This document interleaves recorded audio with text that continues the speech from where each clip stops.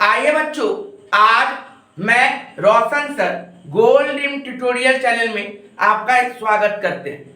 आज मैं सेमेस्टर 4 का टैक्स से कैपिटल गेन चैप्टर का मैं डिस्कशन करूंगा। यह डिस्कशन बहुत इंपॉर्टेंट है। आप यदि इस वीडियो को पूरा यदि देख लेते हो, पूरा यदि एक एक लाइन सुन लेते हो, तो आपको कोई भी कैपिटल गेन का सम्स में दिक्कत नहीं होगा। प्लीज एक एक चीज अच्छा से सुनिएगा, और यदि आप अभी तक मेरे चैनल को सब्सक्राइब नहीं किए हो तो सब्सक्राइब करके जरूर रखिएगा, ताकि आपका सारा सेमेस्टर में जितना सब्जेक्ट है सारा का क्लास आप यहां से ले पाओ।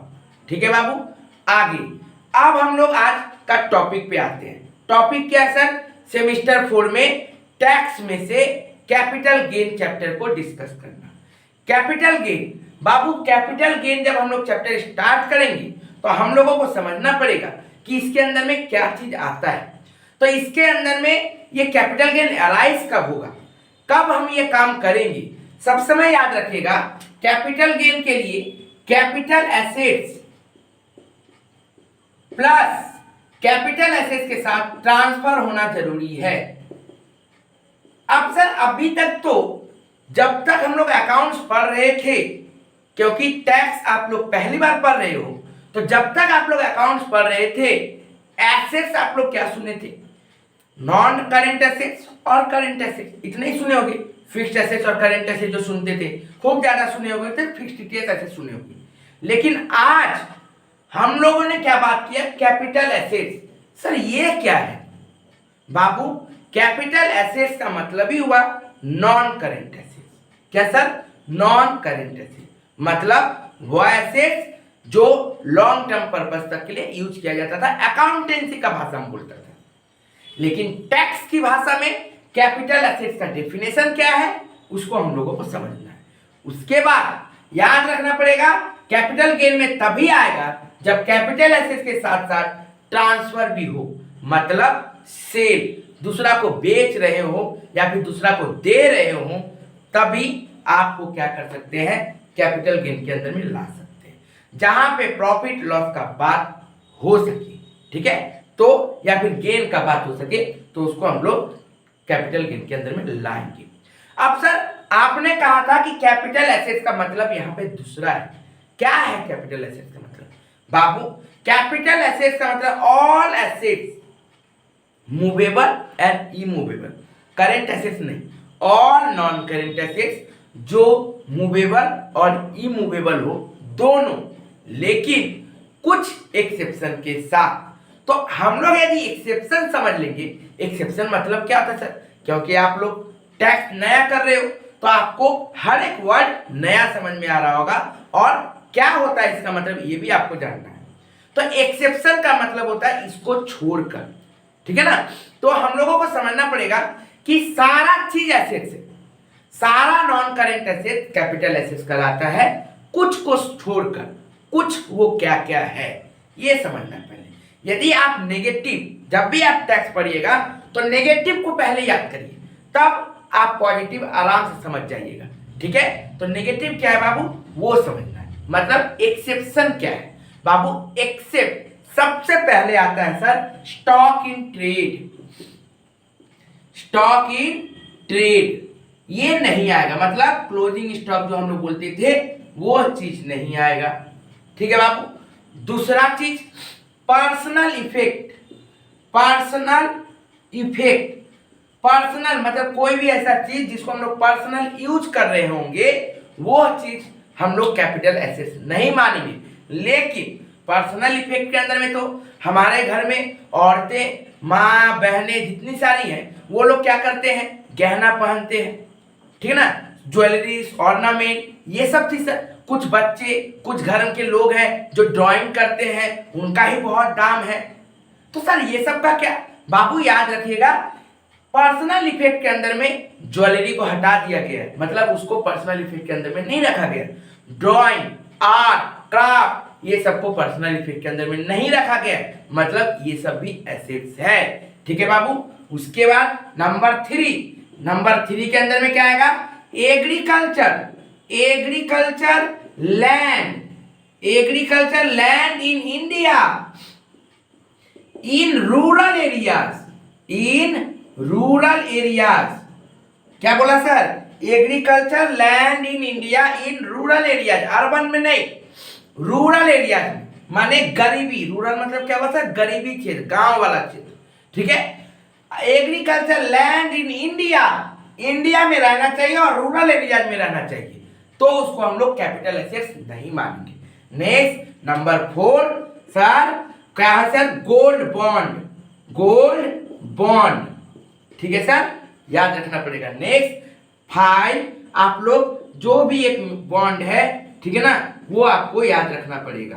तो आपको सब समय याद रखना पड़ेगा कि हम लोग जो एक्सेप्शन है, एक्सेप्शन को आप लोगों को सब समय याद रखना पड़ेगा कि सर मेरा एक्सेप्शन क्या क्या है, ठीक है सर। ओके, एक तो और है, एक आप और ले लीजिए, स्पेशल बार डेप्ट,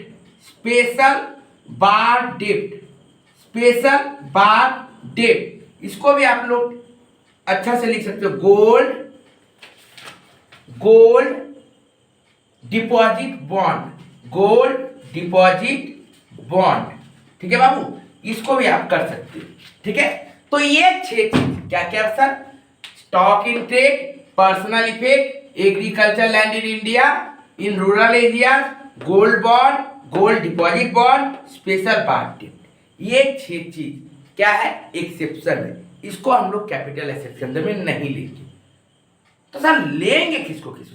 तो इतना चीज हम लोग कैपिटल एसेट्स के अंदर में नहीं लेते हैं। मतलब याद रखिएगा, कैपिटल एसेट्स के अंदर में all movable and immovable property है, जैसे sir land, building, house, property, plant, machinery, furniture, fixture, motor car, computer, ठीक है ना, जितना लैपटॉप, ज्वेलरीज, आर्ट, क्राफ्ट, ये सब तो आपको फिक्स दिख रहा है।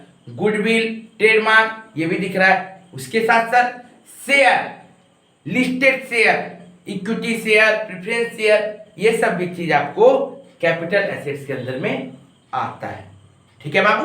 तो अब आपको समझ में आ गया होगा कि कैपिटल एसेट्स के अंदर में क्या क्या आता है, ठीक है सर। याद रखिएगा, ज्वेलरी, आर्ट, क्राफ्ट भी कैपिटल एसेट्स के अंदर में हम लोग ले लेते हैं, ठीक है। ज्वेलरी के अंदर में सब आता है, गोल्ड, सिल्वर, यहाँ तक कि जो दामी जो होता है ऑर्नामेंट्स में पत्थर जो गोल्ड सिल्वर नहीं रहता है, फिर भी उनका एक बहुत ज्यादा दाम रहता है, उसको भी हम लोग कैपिटल एसेट्स मानते हैं, ठीक है बाबू। अब आते हैं, अब क्या सर?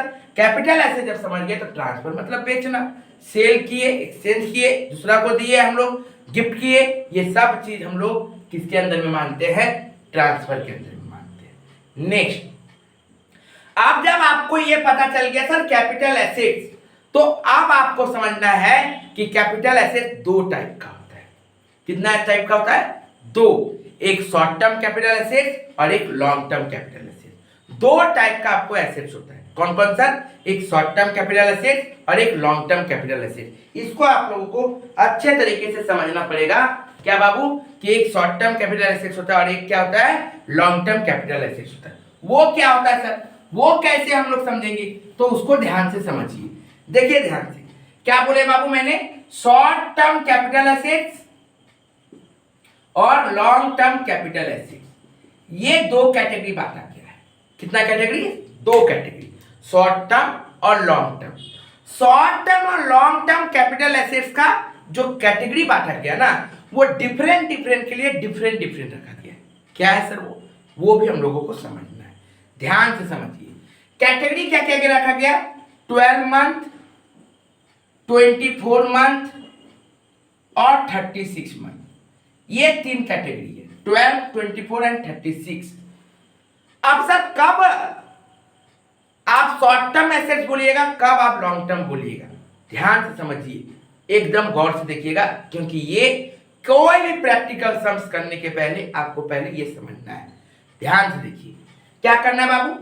देखिए, यदि लिस्टेड इक्विटी शेयर का बात हो, लिस्टेड शेयर इक्विटी रहे या फिर प्रेफरेंस रहे, लिस्टेड शेयर इक्विटी रहे या फिर प्रेफरेंस रहे, और 0 कूपन बॉन्ड रहे, लिस्टेड शेयर इक्विटी रहे या फिर प्रेफरेंस रहे और 0 कूपन बॉन्ड रहे। ठीक है बाबू, तो ये यदि 12 महीना से ज्यादा मोर देन 12 मंथ से ज्यादा यदि इसको यूज करे हो, रखे होंगे, उसके बाद हम बेचे हैं, 12 महीना वो मेरे पास था और उससे ज्यादा मेरे पास था, तो मोर देन 12 मंथ से ज्यादा यदि मेरे पास था, उसके बाद मैंने उसको बेचा है, तो उसको हम लोग क्या बोलेंगे, लॉन्ग टर्म कैपिटल एसेट्स। कितना महीना, 12 मंथ। कितना महीना, 12 मंथ से ज्यादा, 12 महीने से ज्यादा, 12 मंथ से ज्यादा, 12 मंथ से मोर देन 12 मंथ। ठीक है बाबू, क्या बोले फिर से समझिए। मान लो एग्जांपल लेते हैं कि मान लीजिए 1/4/2018 को मैंने शेयर खरीदा था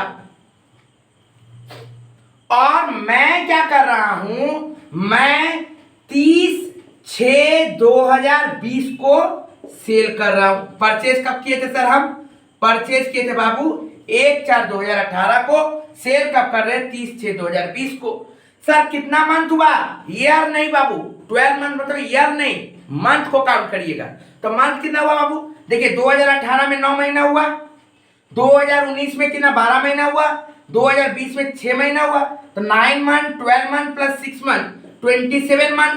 तो शेयर को मैंने कितना महीना यूज किया, 27 महीना। शेयर के लिए कितना महीना बोला गया बाबू, 12 मंथ। सर 12 मंथ से आप ज्यादा यूज किए हो ना, हाँ किए हैं सर, तो इसको हम लोग क्या बोलेंगे, लॉन्ग टर्म कैपिटल एसेट बोलेंगे। क्या बोलेंगे, लॉन्ग टर्म कैपिटल एसेट बोलेंगे। ठीक है बाबू, लेकिन मान लो यही चीज, ध्यान से समझिए, यही चीज मान लो कि मैंने 1/4/2018 को तो परचेज किया था, 1/4/2018 को तो मैंने सर परचेज कर लिया था। ठीक है, यहां तक मैं बेच कब रहा हूं, 1/2/2019 को सेल कर रहा हूं। कब मैंने बेचा, 1/2/2019 को मैंने बेच दिया। ठीक है बाबू, तो ध्यान से समझिए, 18 में कितना महीना था सर, 9 मंथ, और 1 फरवरी को मैं बेच रहा हूं, मतलब जनवरी का 1 महीना, तो टोटल 10 मंथ। कितना महीना मैंने इसको यूज किया सर, 10 मंथ, मतलब 12 महीने से कम मैंने यूज किया। लेस देन 12 मंथ है, मोर देन 12 मंथ नहीं है, 12 मंथ से कम है, तो इसको हम लोग क्या बोलेंगे sir, short term capital assets बोलेंगे। क्या बोलेंगे बाबू, शॉर्ट टर्म कैपिटल एसेट्स बोलेंगे। बात को समझ में आया कि कैसे कैलकुलेशन किया जाता है। यदि शेयर 12 महीने से ज्यादा, 12 मंथ से ज्यादा यदि यूज करके हम बेचे हों, रख के हम बेचे हों, तो उसको लॉन्ग टर्म कैपिटल एसेट बोलेंगे। और यदि उससे कम रहेगा, लेस देन 12 मंथ रहेगा, 12 मंथ से मोर नहीं रहेगा, तो उसको हम लोग शॉर्ट टर्म कैपिटल एसेट बोलेंगे। समझ में आ गया होगा बाबू, उम्मीद करते हैं। यदि नहीं समझ में आए तो कमेंट जरूर करिएगा, उनको पर्सनली मैं टेक्स्ट करूंगा। ठीक है, आगे आइए। अब आते हैं सर 24 मंथ वाला में।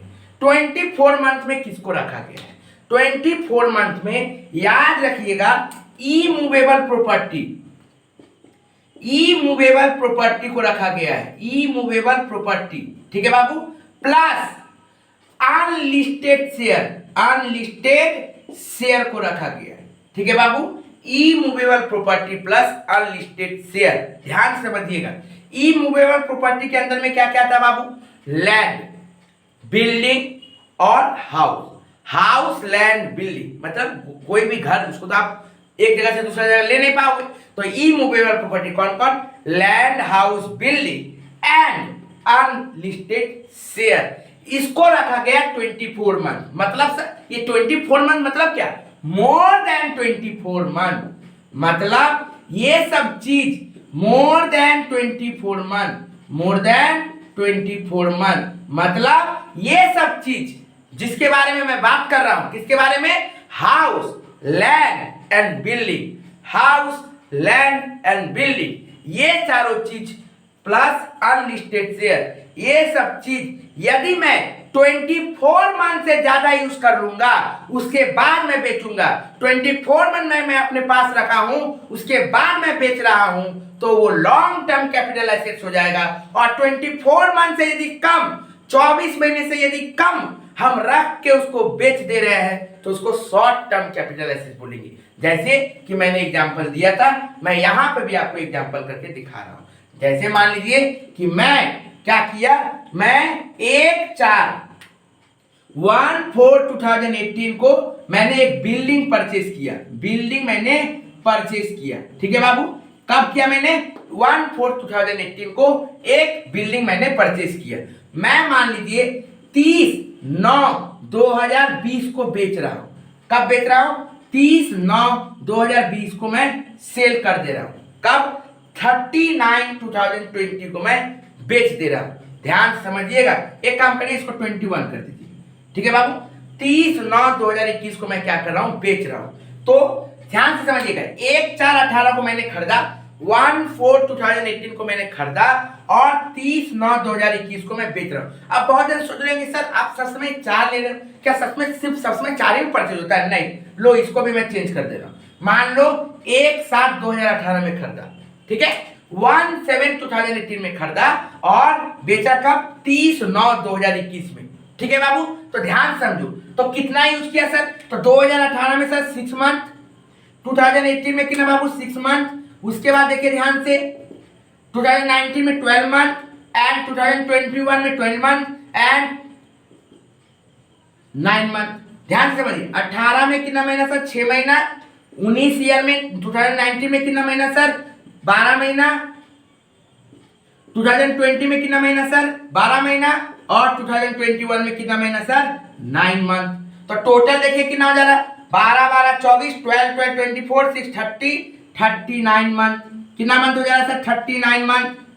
आपको बिल्डिंग के लिए कितना महीना रखना है? 24 मंथ। कितना महीना सर? Only 24 month. 24 महीना से ज्यादा, 24 मंथ से ज्यादा हो जाए तो उसको लॉन्ग टर्म बोलते हैं। तो सर यहाँ पे आपको कितना दिख रहा है? 39 मंथ। इसका मतलब आप क्या बोलिएगा सर? ये लॉन्ग टर्म कैपिटल एसेट्स है। इसको आप लोग क्या बोलिएगा? लॉन्ग टर्म कैपिटल एसेट्स है। उम्मीद करते समझ में आया होगा बाबू। लेकिन यदि मान लो इसी चीज को मैं 30/9/2019 में बेचता, सॉरी 2019 में मैंने बेचता, यदि मैं खरीदा था कब? 1/7/2018 को, 1/7/2018 को मैंने खरीदा था और बेच कब रहा हूं मैं? 30/9/2019, 39/2019 में मैं क्या किया? उसको बेचा। तो बाबू कितना होगा? क्या सर ये लॉन्ग टर्म है कि शॉर्ट टर्म है? अब आप लोग बताइएगा। ध्यान से देखिए बाबू, 18 में कितना महीना सर? 6 मंथ। और 19 में कितना महीना बाबू? 9 मंथ। तो टोटल कितना हुआ बाबू? 15 मंथ। बताओ बताओ क्या होगा, लॉन्ग टर्म की शॉर्ट टर्म? बाबू लॉन्ग टर्म कब होगा? जब 24 मंथ से ज्यादा होगा। Land, building, house, unlisted share सब समय 24 महीना से यदि ज्यादा होगा तब लॉन्ग टर्म होगा। 24 मंथ से यदि ज्यादा होगा तो लॉन्ग टर्म होगा। लेकिन सर ये 15 मंथ है, मींस लेस देन 24 मंथ, तो इसको हम लोग क्या बोलेंगे? Short term capital assets. ठीक है बाबू, उम्मीद करते हैं समझ में आ गया होगा। नेक्स्ट आगे हम लोग बढ़ते हैं। अदर देन दिस थिंग, इसको छोड़कर बाकी सारा मूवेबल प्रॉपर्टीज जो जैसे land, sorry plant and machinery, furniture, fixer, jewellery, gold, कुछ भी जो भी है आपका, याद रखिएगा अदर जितना भी बाकी चीज है सब कितना महीना sir? More than 36 month. More than 36 month. ठीक है बाबू, मोर देन 36 मंथ। उम्मीद करते हैं इसमें एग्जाम्पल नहीं लेना पड़ेगा, पर फिर भी मैं एक एग्जाम्पल देके समझा दे रहा हूं। मान लीजिए कि आप 1 नवंबर को आप क्या कर रहे हो? परचेज कर रहे हो। 1 नवंबर मैं क्या कर रहा हूं? परचेज कर रहा हूं। 1 नवंबर 2019, 1 नवंबर मैं 2019 की जगह 17 लिखता हूं। 1 नवंबर 2017 को मैं क्या कर रहा हूं बाबू? परचेज कर रहा हूं। क्या परचेज कर रहा हूं? मान लो एक मोटर कार परचेज कर रहा हूं। मोटर कार कब? 1 नवंबर 2017 को मैं परचेज किया। क्या सर? Motor car. ओके बाबू, और मैं बेच कब रहा हूं? मान लीजिए 1 जनवरी 2022 को मैं बेच रहा हूं। 1 जनवरी 2022 को मैं बेच रहा हूं। ठीक है बाबू, अब बताइए सर इसको मैं कब बेचा? मैं बेच रहा हूं 1 जनवरी 2022, खरीदा कब 1 नवंबर 2017। बहुत बच्चे चालाक होंगे सर 17 और 22 मोर देन ऐसे ही 5 दिख रहा है, मतलब 4 तो होगा ही कम से कम, तो सर 36 महीना मतलब कितना होता है 3 ईयर, ऑलमोस्ट 3 ईयर, 36 मंथ मतलब 3 ईयर। सर यहाँ पे 17 और 22, 17 और 22 ऐसे ही दिख रहा है सर 4 से ज्यादा, मतलब 5 महीना 5 साल तक दिख रहा है हमको, 5 सालों से है नहीं, मतलब 5 साल तक आपको लग रहा है। तो ऐसे भी तो 36 मंथ चाहिए ना आपको, 5 साल नहीं होगा 4 साल होगा, 4 ईयर तो पूरा होगा ना। 1 नवंबर से लेकर 1 नवंबर 2017 से लेकर आपको 1 नवंबर 2021 में ही तो आपका 4 साल हो जाता है, उसके बाद एक्स्ट्रा जा रहा है। इसका मतलब आपको बार बार ये मंथ का कैलकुलेशन करने का दरकार नहीं है, आप ऐसे ही देख के समझ सकते हो कि मोर दिख रहा है हमको, तो डायरेक्ट बोलो मोर देन 36 मंथ, ठीक है। ये मोर देन 36 मंथ है, मतलब इसको हम लोग क्या बोलेंगे sir, long term capital assets.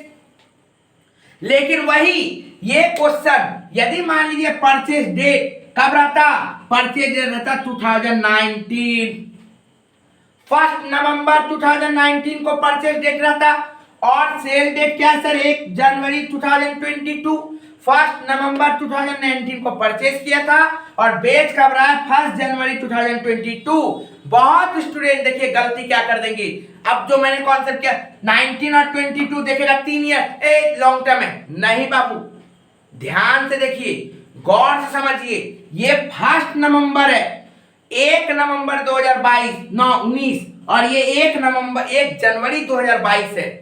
3 साल कब कोई कंप्लीट करेगा, जब 1 नवंबर से 1 नवंबर जाएगा तो 1 साल, जैसे 1 नवंबर 19 से 1 नवंबर 20 गया 1 साल, 1 नवंबर 20 से 1 नवंबर 21 गया 2 साल, 1 नवंबर 21 से 1 नवंबर 22 जाएगा तब ना 3 साल होगा, मतलब 36 मंथ होगा।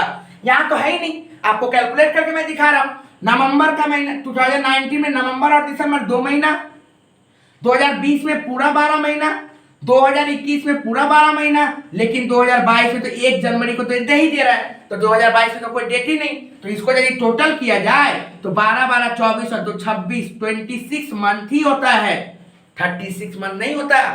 तो ध्यान से देख लीजिएगा, मंथ मिला लीजिएगा अच्छा से, कभी कभी ऐसा गलती एग्जाम में होता है, तो ध्यान से, मैं जानबूझकर आपको मैंने एग्जाम्पल इतना सारा लिया ताकि आपका बेसिक गलती ना हो, बेसिक गलती नहीं करना है। मैं पागल नहीं हूं कि इतना मैंने एग्जाम्पल दिया है, सब एग्जाम्पल का एक एक मतलब है, तो स्किप नहीं करना है, हर एक लाइन का मतलब जरूर कुछ निकलने वाला है मेरा वीडियो में, अच्छा से सुनिएगा, ठीक है बाबू। तो ये क्या हो गया 36 मंथ, मतलब लेस देन 36 मंथ है, मतलब ये क्या हो जाएगा शॉर्ट टर्म कैपिटल एसेट, क्या हो जाएगा बाबू शॉर्ट टर्म कैपिटल एसेट। तो अब हमको लगता है, उम्मीद करते हैं समझ में आ गया होगा सर लॉन्ग टर्म होगा कि शॉर्ट टर्म होगा। इसके लिए आपने 3 कैटेगरी बताया, 12 24 26 का, 12 का टेबल है, 12 1 12, 12 2 24, 12 3 36, ठीक है बाबू, एकदम समझ के रखना है। 12 1 वाला में क्या मतलब 12 1 मतलब 12 मंथ वाला में क्या है सर, 12 मंथ वाला में सर 12 महीना का लिस्टेड और 0 बॉन्ड, ठीक है बाबू। नेक्स्ट याद रखिए 24 मंथ में इमूवेबल प्रॉपर्टी अनलिस्टेड और 36 मंथ में अदर, लेकिन याद रखिएगा डिवेंचर कभी भी लॉन्ग टर्म नहीं माना जाता है, डिवेंचर जितना भी रहे, ठीक है ना, 12 महीना रहे, 24 महीना रहे, 36 रहे, 40 रहे, 50 रहे, 60 रहे, जितना भी रहे उसको सब समय शॉर्ट टर्म मानिएगा, ठीक है। लिखाएगा लॉन्ग टर्म, लेकिन इंडेक्सेशन जब करेंगे तो शॉर्ट टर्म करके करेंगे, वो जब मैं आगे समझाऊंगा तो समझ में आएगा, अभी आपको उसके बारे में नहीं समझ में आएगा आगे। अब देखिए कैलकुलेशन कैसे होगा, जब हम लोगों को शॉर्ट टर्म कैपिटल एसेट्स और लॉन्ग टर्म कैपिटल एसेट्स समझ में आ गया तो सर इसका कैलकुलेशन कैसे होता है ये बताइए। तो मैं दोनों का फॉर्मेट एक साथ दे रहा हूं, दोनों का फॉर्मेट मैं क्या कर रहा हूं एक साथ मैं बता रहा हूं ताकि आपको डिफरेंस तो समझ में आए कि सर डिफरेंस क्या है। ध्यान से देखिएगा, दोनों को मैं फॉर्मेट एक साथ दूंगा ताकि आपको डिफरेंस समझ में आए कि डिफरेंस क्या है, ठीक है ना। देखिए ध्यान से गौर से देखिएगा, मैं ये पहले शॉर्ट टर्म कैपिटल एसेट्स का फॉर्मेट लिया, शॉर्ट टर्म कैपिटल एसेट्स का, ठीक है बाबू। उसके बाद मैं एक फॉर्मेट बना रहा हूं, उसमें मैं लॉन्ग टर्म कैपिटल एसेट्स का फॉर्मेट, लो ये वाला मैं बनाया लॉन्ग टर्म कैपिटल एसेट्स का, एकदम समझिए ध्यान से, पर्टिकुलर अमाउंट, पर्टिकुलर अमाउंट ठीक है बाबू, एकदम एकदम गौर से समझिएगा, ध्यान से देखिए। तो बाबू अब short term capital asset, long term capital asset, अब आप सॉल्यूशन कैसे करिएगा, एक कोई प्रॉब्लम सबको आप अटेंड कैसे करिएगा। देखिए जो मैं फॉर्मेट दे रहा हूं फिक्स है, इसका बाहर आपको कुछ नहीं करना है, ठीक है, इसका बाहर आपको कुछ भी नहीं करना है, ध्यान से देखिएगा। सबसे पहले मैं शॉर्टकट यूज कर रहा हूं, मैं आपको देखिए स्क्रीन में आपको पूरा दिखेगा लिखा हुआ भी, पहले बोर्ड पे मैं दिखाऊंगा, उसके बाद मैं वो दिखाऊंगा ताकि आपको पता चल जाए कि कहां पे क्या लिखना है, ठीक है। पहले ये देखिए शॉर्टकट में समझिए कि शॉर्ट टर्म कैपिटल से सबसे पहले एफवीसी, फुल वैल्यू ऑफ कंसीडरेशन या फिर सेल वैल्यू ऑफ कंसीडरेशन, कितना में बेचे, सबसे पहले होगा सेल वैल्यू, सबसे पहले क्या होगा सर, सेल वैल्यू, कितना में आप बेचे हो वो आएगा हम लोगों का कहां पे सर, यहां पे, कितना में आप बेचे हो, कितना में मैं बेचा हूं वो मैंने यहां पे ले लिया, जितना में आप बेचे हो, जितना में आप सेल किए हो, उसमें से सबसे पहले लेस होगा क्या, ब्रोकरेज, मतलब आप कुछ भी बेचने के लिए यदि कोई चीज एक्सपेंस कर रहे हो, जैसे होता है ना रजिस्ट्रेशन चार्ज, ब्रोकरेज चार्ज, दलाली देना पड़ता है, स्टैंप ड्यूटी, ये सब बहुत सारा एक्सपेंसेस करना पड़ता है सेल करते समय, तो ये सब जो खर्चा है तो गवर्नमेंट क्या करेगी, आपको ब्रोकरेज बोलेगी जा खर्चा को माइनस कर ली, जो एक्सपेंडिचर तुम किए हो उसको आप माइनस कर लीजिए, तो मैंने जो इनकम किया था, मैंने बेच के जितना इनकम किया था उसके से मैंने माइनस कर दिया ब्रोकरेज, तो क्या बच गया बाबू, बच गया सर जो भी मेरा बचा है सेल कंसीडरेशन, उसमें से याद रखिएगा माइनस क्या करेंगे हम लोग, ये तो मेरा ग्रॉस इनकम आया है अभी तक, ठीक है ना बाबू, ये अभी तक मेरा ग्रॉस इनकम आया है, ठीक है। देखिए माइनस क्या करेंगे, माइनस सबसे पहले होता है cost of acquisition, cost of acquisition. अब बाबू ये समझना है कि कॉस्ट ऑफ एक्विजिशन का मतलब क्या होता है, कॉस्ट ऑफ एक्विजिशन का मतलब क्या होता है ये हम लोगों को समझना पड़ेगा, ठीक है सर। कॉस्ट ऑफ एक्विजिशन का मतलब क्या होता है ये हम लोगों को समझना पड़ेगा। कॉस्ट ऑफ एक्विजिशन का मतलब हुआ बाबू कि आप कितना में खरीदे हो, कोई भी एसेट आप खरीदे होगे ना, एक दाम लगता है ना, तो आप कितना में खरीदे हो, उसका परचेज प्राइस, उसका परचेज प्राइस आप कितना में खरीदे हो उसको हम लोग बोलते हैं कॉस्ट ऑफ एक्विजिशन, उसको हम लोग क्या बोलते हैं, कॉस्ट ऑफ एक्विजिशन। जो भी मेरा ग्रॉस इनकम होगा तो ऐसे ही हो जाएगा, आप यदि बोलिएगा कि सर मैंने क्या किया 5 लाख में एक कार बेचा तो आप ये भी बताओगे ना कि आप कितना में खरीदे थे, सरकार बोले दे 5 लाख के ऊपर इनकम दे, टैक्स दे, तो नहीं टैक्स क्या देंगे, रुको बताओ, पहले मैंने कुछ खर्चा किया था, बोला ठीक है, सरकार बोला जा ले जा, ठीक है, अब बोला ठीक है अब दे बात के, बोला नहीं इसके हम जब खरीदे थे उसमें भी तो कुछ खर्चा हुआ है, ये मेरा नेट इनकम थोड़ी है, नेट इनकम तो नहीं ना भाई, हम तो जो इनकम कर रहे हैं उसमें खर्चा तो भी किए हैं, कुछ एक्सपेंडिचर भी तो किए थे, बोला ठीक है बाबा माइनस करना, क्या किया है, बोला हम कुछ उसको खरीदने में खर्चा किए, कितना किए सर, कॉस्ट ऑफ एक्विजिशन, क्या बोला गया, कॉस्ट ऑफ एक्विजिशन, मतलब आपका खरीदी दाम, आप कितना में उसको खरीदे हो, ठीक है बाबू, उसको माइनस करना पड़ता है। अब सर कॉस्ट ऑफ एक्विजिशन क्या होता है, इसका कैलकुलेशन कैसे है उसको समझना है, बात को समझिए। कॉस्ट ऑफ एक्विजिशन अभी जो आप लोग पढ़िएगा उसमें 2001 से लेकर 2002 मतलब 1/4/2001 को बेस माना गया है, ठीक है बाबू, ध्यान से समझिए, 1/4/2001 को आपको क्या किया गया है, बेस माना गया है, ठीक है। 1/4/2001 मतलब मान लीजिए कि आप कोई एसेट जब शॉर्ट टर्म है तो डेफिनेटली आप क्या करोगे, क्योंकि आप लोग जब सवाल बनाओगे तो प्रीवियस ईयर कब का रहेगा, 2022-23 का रहेगा, तो कॉस्ट ऑफ एक्विजिशन आपका क्या रहेगा सर, डेफिनेटली आप खरीदोगे जब तो सब समय आपको याद रखना पड़ेगा 2001 के बाद ही खरीदोगे, क्योंकि 22-23 का जब प्रीवियस ईयर है तो उसके पहले या तो 18-19 में खरीदोगे, 19-20 या तो 17-19-20 21-22 यही होगा, तो आप लोगों को समझने का दरकार नहीं है, डायरेक्ट जो आपको कॉस्ट ऑफ एक्विजिशन रहेगा उसको आपको ले लेना है, उसको आपको क्या कर लेना है, ले लेना है, ठीक है बाबू। नेक्स्ट दूसरा चीज, सेकेंड चीज क्या आता है, cost of improvement, cost of improvement, cost of improvement. ये सर इंप्रूवमेंट क्या होता है?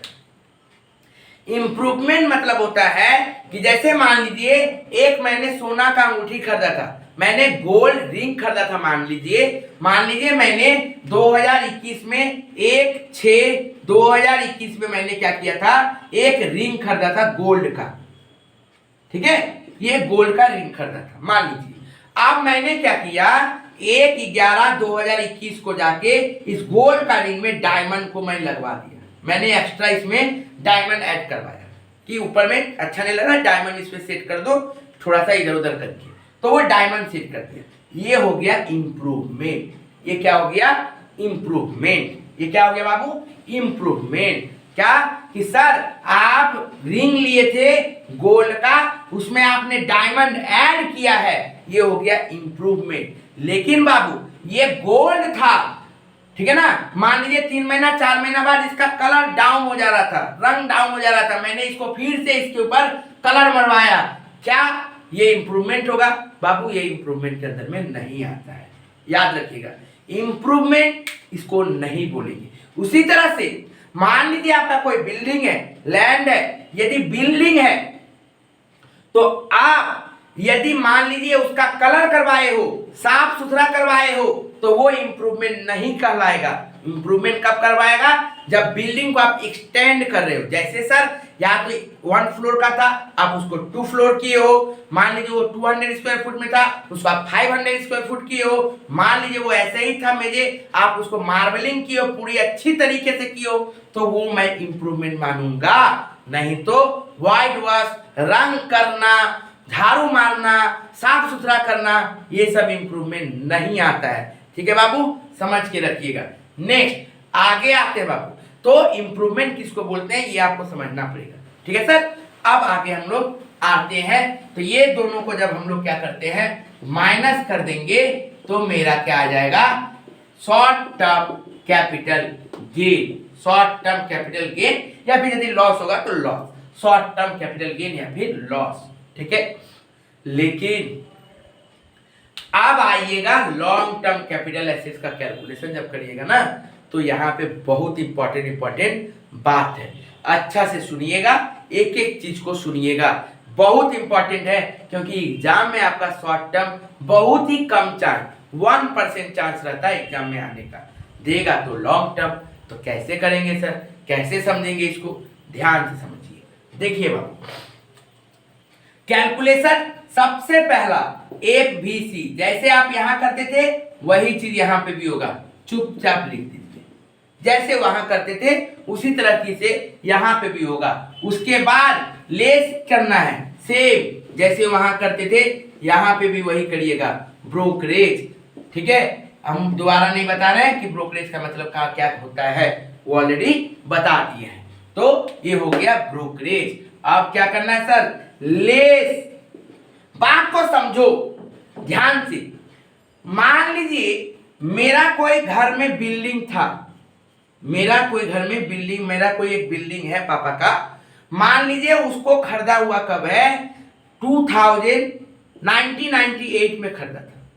1998 में मेरा पापा मान लीजिए उसको 2 लाख में खरीदे होंगे, कितना में, 2 लाख में, 2 लाख में उसको आप खरीदे हो, ठीक है ना, 2 लाख में आप खरीदे थे, और 2022 में 22-23 में 2022-23 में इसको बेचा गया 20 लाख में। ठीक है बाबू, इसको बेचा गया कितना सर, 20 लाख में।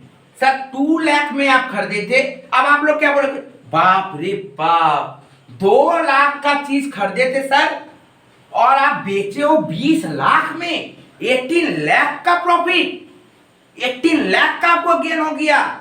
तो ये वही बोलेंगे जो टैक्स रोशन सर के पास नहीं पढ़े हैं। ठीक है, आपको समझना पड़ेगा कि सच में क्या 18 लाख का प्रॉफिट हुआ है क्या, आपको समझिए।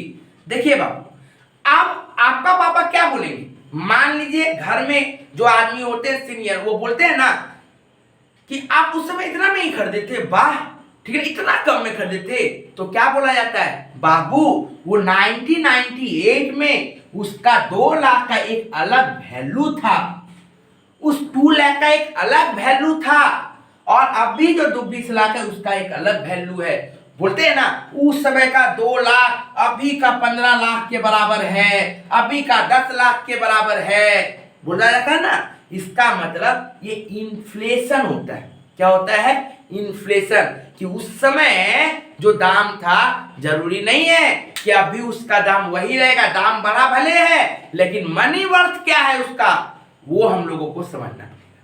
वो हम लोगों को समझना पड़ेगा कि उसका मनी वर्थ कैसे है। जैसे आप लोग अभी सेमेस्टर 3 में पढ़ के आए हो एनईटी चैप्टर मैथ में, क्या कि प्रेजेंट वैल्यू और फ्यूचर वैल्यू निकालते थे, तो वही चीज है। ठीक है बाबू, तो समझिए बात को ध्यान से कि एक्विजिशन कॉस्ट आप जो भी है खरीदे हो तो आपको सबसे पहले क्या करना पड़ेगा, यहां पे कॉस्ट ऑफ एक्विजिशन लिखते थे ना, यहां पे इंडेक्स कॉस्ट ऑफ एक्विजिशन लिखना पड़ेगा। इंडेक्स कॉस्ट ऑफ एक्विजिशन क्या लिखना पड़ेगा? इंडेक्स कॉस्ट ऑफ एक्विजिशन लिखना पड़ेगा। ठीक है सर, ये इंडेक्स कॉस्ट ऑफ एक्विजिशन क्या है sir? Index cost of acquisition का मतलब होता है उस समय का दाम को अभी का दाम के हिसाब से लेना। उस समय का जो कॉस्ट था उसको अभी कितना कॉस्ट होना चाहिए था वो दाम लेना। कैसे करते हैं सर ये बताइए बाबू। इसका फॉर्मूला होता है सेल ईयर का इंडेक्स, सेल ईयर का इंडेक्स ऊपर, मतलब प्रीवियस ईयर का इंडेक्स, ठीक है ना, डायरेक्ट प्रीवियस ईयर का इंडेक्स ऊपर डिवाइडेड बाय न्यूमरेटर में प्रीवियस ईयर का index divided by purchase year index, purchase year index. ठीक है, सेल ईयर जब किए थे उस समय का index divided by purchase year का index into cost of acquisition, मतलब जब मैंने खरीदा था उस समय उसका दाम क्या था। बात को आप समझो, ध्यान से समझो। मैं कुछ एग्जांपल लूंगा कि cost of acquisition long term में किसको किसको मानते हैं। अच्छा से एक एक करके एग्जांपल समझिएगा ध्यान से। देखिए बाबू, पहला केस, मैं 2-3 केस दे रहा हूं। एक case, first case, case one, purchase date कब है? मान लो 1/6/1998 को। कितना सर? 2 लाख। ठीक है सर। ऑन 1/4/2001 को उसका दाम है सर 4 लाख। और सेल जब कर रहे हैं, ठीक है ना, जब सेल किए हैं तो उसको कितना में किए हैं? मान लीजिए सेल किए हैं 1/10/2022 में, ठीक है, उसको बेचे हैं 10 लाख। ये दाम है। ठीक है बाबू, ध्यान समझिए। तो ये एक दाम है। ठीक है बाबू, तो अब सर कॉस्ट ऑफ एक्विजिशन कितना ले, बात को समझिएगा ध्यान से। पहला बात कि आप लोगों का इंडेक्सेशन जो होगा ना वो 2001 को लेकर होगा। सरकार, गवर्नमेंट अब क्या करती है कि 2001 को इंडेक्सेशन मानती है और 2001 को 100 मानती है, बेस ईयर मानती है। क्या मानती है? 2001 को बेस ईयर। मतलब यदि आप 2001 के पहले कोई भी प्रॉपर्टी खरीदे हो, 2001 के पहले आपका कुछ भी है, उसको यदि आप 2022-23 में बेच रहे हो, मतलब आपके न्यू प्रीवियस ईयर के हिसाब से जो कैलकुलेशन कर रहे हो, यदि आपका 2001 के पहले का खरीदा हुआ है तो आपको दाम क्या लेना पड़ेगा? जब आप खरीदे थे उस समय का और 2001 में जो दाम है, इन दोनों में जो हायर होगा उसको लेना है। बात तो समझिए क्या मैंने बोला कि आप खरीदे कब थे? 1998, लेकिन गवर्नमेंट बोलेगा हम तो 1998 नहीं देखेंगे, हम कंपेयर करेंगे, क्योंकि आपने 2001 के पहले खरीदा है तो मैं आपसे कंपेयर करूंगा आपका क्या कि 1998 और 1/4/2001, 1998 मतलब 2001 के पहले जब भी खरीदे हो उस समय का दाम और अभी 1/4/2001 में मार्केट वैल्यू कितना है? मार्केट वैल्यू कितना है? 4 लाख। हम इन दोनों में सबसे ज्यादा लेंगे। कौन दोनों में ज्यादा है? 4 लाख। कितना ज्यादा है सर? 4 लाख। समझिए बात को। 1/6/1998 को परचेज किया था कितना में? 2 लाख में। लेकिन गवर्नमेंट बोलती है तुमने 2001 का पहले परचेज किया है, तो मैं यहाँ पे एक कैलकुलेशन करूंगा। बोलता है क्या कैलकुलेशन है? बोलता है बाबू कैलकुलेशन यही है कि आप जब परचेज किए वो डेट में जो परचेज प्राइस था और अभी 1/4/2001 को जो मार्केट वैल्यू है, हम उन दोनों में हायर लेंगे। क्या लेंगे? हायर लेंगे। जैसे तो यहाँ पे इन दोनों में हायर कितना है सर? 2 लाख और 4 लाख। हायर है सर 4 लाख। तो यहाँ पे कॉस्ट ऑफ एक्विजिशन कितना मानेंगे? 4 लाख मानेंगे। कितना मानेंगे सर? 4 लाख। बात को ध्यान से समझिएगा। तो कॉस्ट ऑफ एक्विजिशन यहाँ पे कितना होगा सर? 4 लाख। तो सर इंडेक्सेशन कैसे निकलेगा? तो बाबू ध्यान से देखिए, कॉस्ट ऑफ एक्विजिशन हुआ 4 लाख रुपया। प्रीवियस ईयर आपका क्या चल रहा है? जो भी रहेगा, मान लीजिए 384 है, और परचेज ईयर बेस जो भी रहेगा 100, वो आप कैलकुलेशन करिएगा। वो मैं आपको लिस्ट दिखा दूंगा, ठीक है? तो आपका कैलकुलेशन इस तरह से होगा। लेकिन बात को देखो ध्यान से, इसी क्वेश्चन पे मान लो केस 2 ले रहे हैं। केस 2 ध्यान से देखिए, केस 2 परचेज डेट सेम है, सेम परचेज डेट है, सेम सेल डेट है, सेम मार्केट वैल्यू है। मान लीजिए अब यहाँ पे ये दाम ना हो के परचेज डेट 1/6/98 में 1/6/1998 में परचेज है 3 लाख का, ठीक है? और ऑन 1/4/2001 में उसका वैल्यू है 2 लाख मार्केट वैल्यू। बेचे कितना में है? वही 10 लाख में। बात को समझिए, डिफरेंस देखिए। क्या बोले? केस 2 मैंने दिखाया आपको कि परचेज आप 1/6/98 को आप कितना में किए हो? 3 लाख में किए हो। कितना में किए हैं सर? 3 लाख में किए हैं। और मार्केट वैल्यू 1/4/2021 को कितना है सर? 2 लाख है। मार्केट वैल्यू 1/4/2001 को कितना है सर? 2 लाख है। और आप बेचे कितना में? 10 लाख में। गवर्नमेंट क्या बोलती है कि बाबू आप 2001 के पहले परचेज किए हो, तो मैं क्या देखूंगा? मैं देखूंगा कि ज्यादा कौन है, ठीक है ना? तो देखेंगे कि सर 3 लाख और 2 लाख, ज्यादा कौन? 3 लाख। तो कॉस्ट ऑफ एक्विजिशन कितना वाला होगा? कॉस्ट ऑफ एक्विजिशन क्या होगा सर? 3 लाख होगा। क्या होगा सर? 3 लाख होगा। 2 लाख नहीं हो जाएगा। अभी तक तो बच्चा सोच रहे थे कि वो 1/4/2001 का लेना है। नहीं, 1/4/2001 का लेना नहीं है। 1/4/2001 से कंपेयर करना है। क्या कि हायर कौन है? हायर कौन है? यहां पे हायर था 4 लाख, इसलिए पिछला केस में 4 लाख लिए थे, लेकिन इसमें हायर है 3 लाख, तो हम लोग 3 लाख लेंगे। आया बात में समझ में कि कॉस्ट ऑफ एक्विजिशन कितना होगा? एक बार और एक एग्जांपल लेते हैं, ध्यान से देखिएगा। केस 3 का एग्जांपल मैं लेता हूं। केस 3 का एग्जांपल क्या है सर? ध्यान से देखिएगा। केस 3 एकदम गौर से समझिए। केस 3 मान लो परचेज जब किया कब सर? 1/6/98 को कितना में? 2 लाख में, ठीक है सर? नेक्स्ट मार्केट वैल्यू 1/4/2001 को 1/4/2001 को मान लीजिए मार्केट वैल्यू 1 लाख था। बात को समझिए ध्यान से। मान लीजिए मार्केट वैल्यू कितना था सर? 1 लाख था। 1 लाख। नेक्स्ट फिर से मार्केट वैल्यू दिया, एक और मार्केट वैल्यू दिया।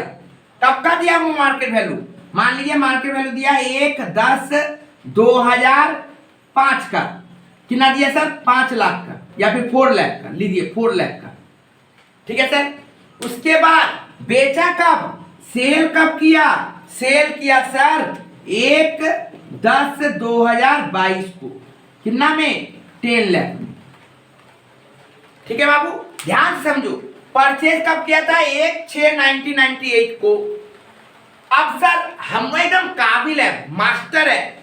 इतना ही मास्टर है क्या सर कि हम लोग सब समय कंपेयर करते हैं। जब भी 2001 के पहले परचेज रहता है तो हम क्या करते हैं? कंपेयर करते हैं। क्या कंपेयर करते हैं? कि हायर कौन है। अब देखिए ध्यान से, गौर से देखिएगा। परचेज के नाम किए थे सर 1/4/1998 को 2 लाख में कितना परचेज किए थे? 2 लाख में। मार्केट वैल्यू 2001 का कितना sir? 1 lakh. Sir market value एक और दिया है 2005 का 4 लाख, तो सर इसका कॉस्ट ऑफ एक्विजिशन कितना होगा? हायर कितना है? 2 लाख, 1 लाख, 4 लाख, हायर कितना? 4 लाख। इसका मतलब sir cost of acquisition 4 lakh होगा? जी नहीं, आप गलत हो। कॉस्ट ऑफ एक्विजिशन यहाँ पे 4 लाख नहीं होगा। क्या अभी तो आप बताए कि सर हायर हायर हायर, अब हम हायर ले रहे हैं, आप गलत बोल रहे हो। बाबू मैंने आपको जो बोला आप ठीक से कान में नहीं लिए हो। मैंने आपको क्या बोला था? मैं बार बार बोला हूं आपको कि सर कंपैरिजन किससे होगा?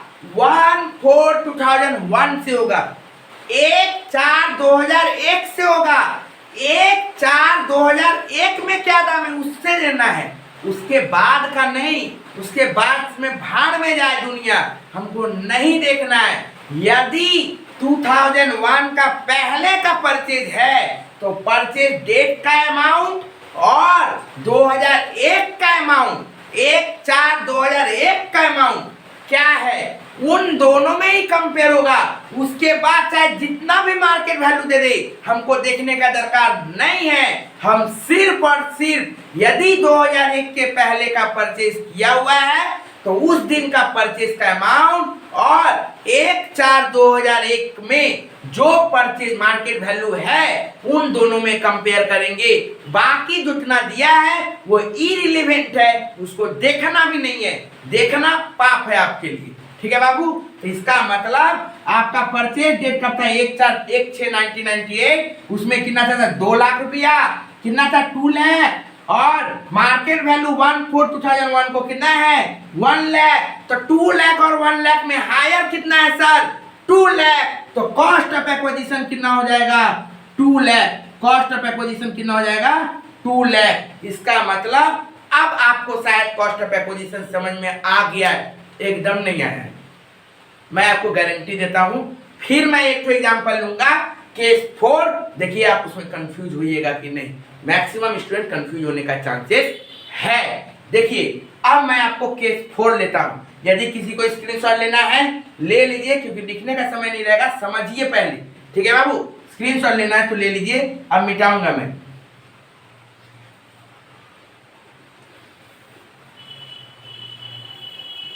अब देखिए केस 4।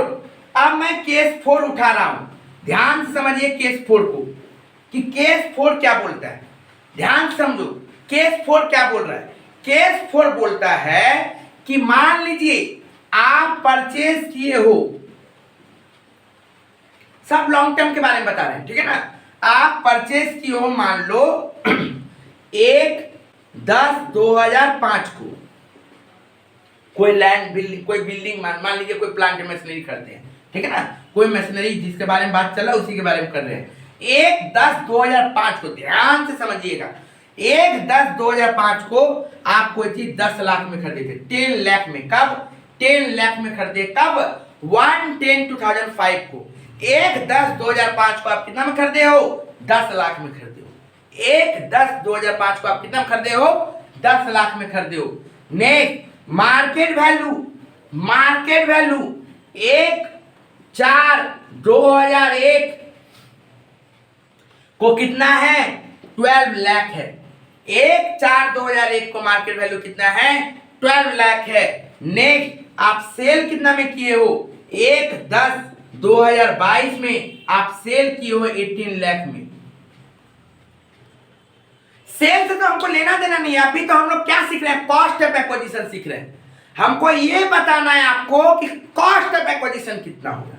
बताओ बताओ बताओ कि कॉस्ट ऑफ एक्विजिशन कितना होगा। ठीक है, अब दिमाग खटाओगे, दिमाग तो वही खटाओगे कि सर तो इतना देरी से चिल्ला रहे हैं higher higher higher. Sir purchase value 10 lakh, आप 1/4/2001 का परचेज कब किए थे? 1/10/2005 को, दाम था 10 लाख। सर मार्केट वैल्यू 1/4/2001 का है 12 लाख। इसका मतलब आप बार बार चिल्ला रहे थे हायर हायर हायर, मतलब 12 लाख कॉस्ट ऑफ एक्विजिशन होगा। यही आप कहना चाह रहे होगे। एकदम सबको समझ में आ गया होगा। खाक समझ में आया है आपको, कुछ भी नहीं समझ में आया है ही नहीं है। 12 lakh cost of acquisition, 12 lakh cost of acquisition नहीं है। अभी तक तो मैं वही बोल रहा था, नहीं बोल रहा था वो, आप लोग ठीक से सुने ही नहीं हो। मैं क्या बोला हूं? मैं बोला हूं कि 1/4/2001 के पहले यदि परचेस करेगा तब गवर्नमेंट 1/4/2001 से कंपेयर करेगी। यदि कोई एसेट्स 1/4/2001 से पहले परचेस करेगा तब गवर्नमेंट कंपेयर करेगी किससे?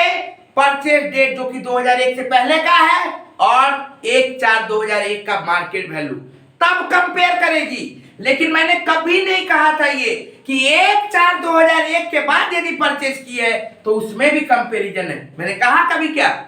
मैंने तो सब समय केस 1, केस 2, केस 3 मैंने बार बार चिल्लाया है क्या कि बाबू यदि परचेज 1/4/2001 1 अप्रैल 2001 के पहले यदि आपका किया हुआ है, यदि परचेज 1 अप्रैल 2001 के पहले यदि किया हुआ है, तब गवर्नमेंट क्या करती है?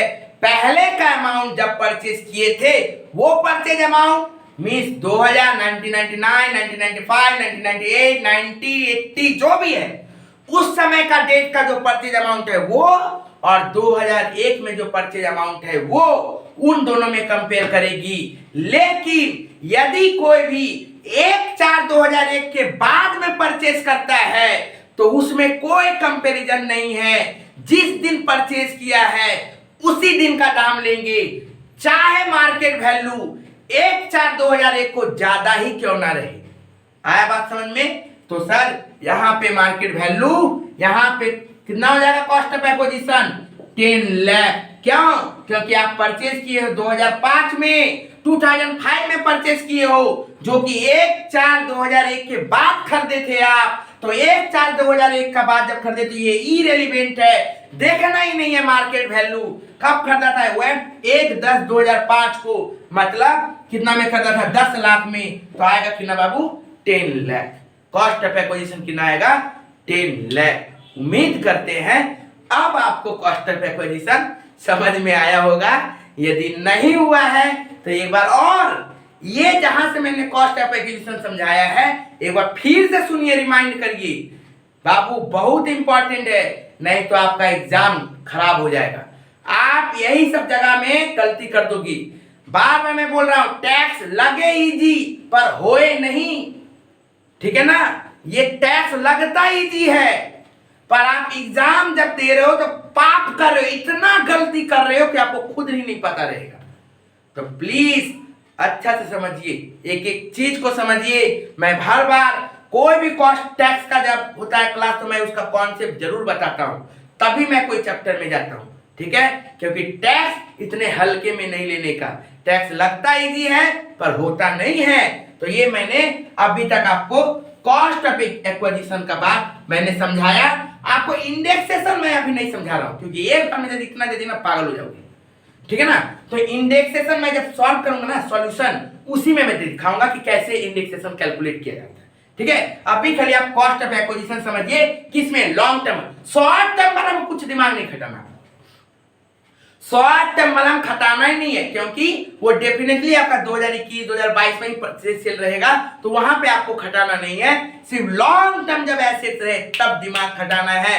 रोशन सर का सारा बात याद रखना है। 4 तो मैंने केस दे दिया, उससे अलग कोई केस नहीं है। अच्छा से याद रखिएगा चारों केस को, ठीक है? आगे बढ़ते हैं। नेक्स्ट अब हम लोग आते हैं कहां बाबू? दूसरा नंबर। दूसरा नंबर क्या है सर?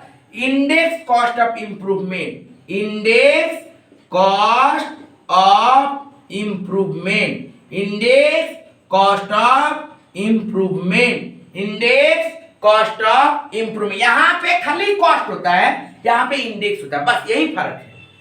इंडेक्स मतलब क्या होता है सर? ये इंडेक्सेशन करना, कैलकुलेशन करना। वो कैलकुलेशन हम लोग सम्स में सीखेंगे, क्योंकि इतना थ्योरी जो बता रहे हैं ना, इससे ज्यादा यदि वो दे दिए तो आप हौच पौच कर दोगे, हमको पता है, ठीक है? तो मैं वो नहीं बताऊंगा। अब sir index cost of improvement same. Sir cost of acquisition आप समझाए, आप कॉस्ट ऑफ इंप्रूवमेंट समझाइए। देखिए बाबू ध्यान से समझिए, पहले आपको तो इतना पता चल गया कि इंप्रूवमेंट कौन कौन सा है, वो मैंने इसी में बता दिया कि इंप्रूवमेंट किसको किसको मानिएगा, किसको किसको इंप्रूवमेंट नहीं मानिएगा। पहला बात, ठीक है? स्किप नहीं करना है बाबू, स्किप एकदम नहीं करना है। स्किप करोगे खत्म, एकदम खत्म। टैक्स का वीडियो जो स्किप किया खत्म, टाटा बाय बाय, ठीक है? देखने का दरकार नहीं है, छोड़ दो। नहीं पसंद आ रहा मत देखो, हट जाओ। यदि देखना है तो पूरा एक एक चीज सुनिए, तभी आपको काम आएगा, नहीं तो फिर कुछ नहीं समझ में आने वाला। सब समय हट पर बोले कभी ये बोलता है, कभी ये बोलता है, कभी ये बोलता है, क्योंकि आप फिल्म को पूरा देखे ही नहीं हो। फिल्म जब तक पूरा नहीं देखोगे तो आपको समझ ही नहीं आएगा कि क्या कहानी था स्टोरी में। तो आप प्लीज एक एक चीज अच्छा से सुनिएगा और अपने दोस्तों तक जरूर शेयर करिए, यदि आपको अच्छा समझ में आ रहा है तो, ठीक है ना? नहीं तो फालतू उन लोगों को डिस्टर्ब मत करिए, गाली सुनिएगा, ठीक है ना? आपको समझ ही नहीं आया, उसको भी शेयर कर दीजिए, तो गाली सुनिएगा। यदि आप वीक हो और आपको यदि समझ में आ रहा है तो आप समझ जाओ कि बाकी को तो जरूर समझ में आएगा। और यदि आप स्मार्ट हो, टैलेंटेड हो, तो आप कंपेयर करिए कि नहीं सर जो समझाए हमको समझ में आया कि नहीं, पहले की तुलना में और अच्छा। यदि लगता है तो लगता है कि यदि, और जो बच्चे वीक हैं, जो कमजोर है, उनको और अच्छा समझ में आएगा, उनको जरूरी है इसका, तो जरूर उनको शेयर करिए, ठीक है बाबू? अब आते हैं इंडेक्स कॉस्ट ऑफ इंप्रूवमेंट में। बाबू इंडेक्स कॉस्ट ऑफ इंप्रूवमेंट क्या होता है? देखो बाबू, इसमें भी वही बात है, ईयर डेट देखने का। लेकिन एक बात आप ध्यान से सुनिए, यदि आप 1 अप्रैल 2001 के पहले आप कुछ भी इंप्रूवमेंट कराते हैं, आप जैसे मान लीजिए घर खरीदे हो, परचेज डेट है आपका, मान लीजिए आपका परचेज डेट मान लीजिए आपका है 1/1/95 को, मान लीजिए परचेज डेट आपका कब है सर? 1/1/95 को, ठीक है? आप इंप्रूवमेंट करवाए हो 1/4/98 को, ठीक है सर?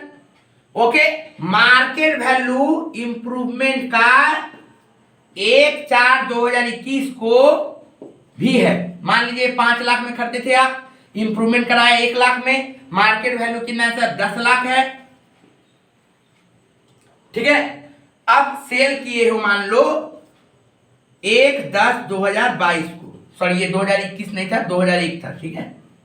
2001, ये 2022 को मान लीजिए 50 लाख में बेचो, 50 लाख में बेचो। देखो इंप्रूवमेंट में ना, ये जो इंप्रूवमेंट है याद रखिएगा, यदि 2001 1/4/2001 के पहले यदि इंप्रूवमेंट किया है, ठीक है, तो आपको लेना ही नहीं है। जय राम जी की, एकदम चले जाओ, ठीक है? तो यदि आपका इंप्रूवमेंट 1/4/2001 के पहले का है तो नो कैलकुलेशन, टाटा बोल के निकल जाना है, ठीक है? लेकिन यदि इंप्रूवमेंट 2001 के बाद किया है, लेना है। तो यहाँ पे तो कोई बात ही नहीं है, टेंशन ही नहीं है कि कोर्स को लेंगे किसको नहीं लेंगे। सब समय याद रखना है 1/4/2001, 1 अप्रैल 2001 के पहले यदि इंप्रूवमेंट हुआ है तो नहीं लेना है, उसके बाद यदि इंप्रूवमेंट है तो लेना है, लेकिन उसमें भी हमको इंडेक्सेशन करना पड़ेगा। तो ये जब भी दोनों को हम यदि माइनस करेंगे तो क्या बन जाता है sir? Long term capital gain, long term capital gain बन जाता है। तो उम्मीद करते हैं आपको इतना समझ में आया होगा। इसके बाद डिडक्शन का भी पार्ट है कि यदि लोन लिया है घर बनाने के लिए या फिर घर खरीदने के लिए, तो वो एक अलग डिडक्शन होता है, तो वो डिडक्शन में पार्ट है, तो वो बाद में, अभी नहीं, अभी आपको सिर्फ इतना समझना है, ठीक है? उसके बाद हम लोग धीरे धीरे आगे भी समझेंगे। तो आप लोग को उम्मीद करते हैं अच्छा समझ में आया होगा। यदि नहीं समझे तो एक बार और डाउनलोड कर लीजिए या फिर रिमाइंड करके देख लीजिए, ठीक है ना। और यदि नहीं भी समझ में आया है तो आप व्हाट्सएप करिए हमको, डिस्क्रिप्शन बॉक्स में आपको नंबर दे दिया गया है, आप व्हाट्सएप करिए, ऑडियो भेजिए, सर ये लाइन नहीं हमको समझ में आया था, वीडियो में आप क्या बोलना चाहे थे, आपको सर ठीक से समझ में नहीं आया, तो फिर मैं आपको व्हाट्सएप में आपको वो समझा दूंगा, भेजिए, ठीक है। आपका क्लियर डाउट हम करेंगे, ठीक से समझिएगा। और जो बच्चों को यदि अच्छा लगा है तो ऑनलाइन क्लास भी ज्वाइन कर सकते हो, ऑलरेडी ऑनलाइन क्लास में चल रहा है क्लास, ये सब हो चुका है, तब आप लोगों के लिए छोड़ा गया है, ठीक है ना। याद रखिएगा, और याद रखिएगा जो भी क्लासेस होती है वो रिकॉर्डेड भले रहती है लेकिन उसमें कोई डिस्टर्ब नहीं है, क्लास रिकॉर्डेड नहीं रहती है, पर्सनली क्लास करा के अलग से उसको रिकॉर्ड किया जाता है, मतलब आपका डिस्टर्ब नहीं होने वाला है। आप प्रॉपर आधा घंटा का ही वीडियो देखोगे लेकिन विदाउट एनी डिस्टर्बेंस, ठीक है। ये सबसे बड़ा फीचर्स है मेरे क्लास का।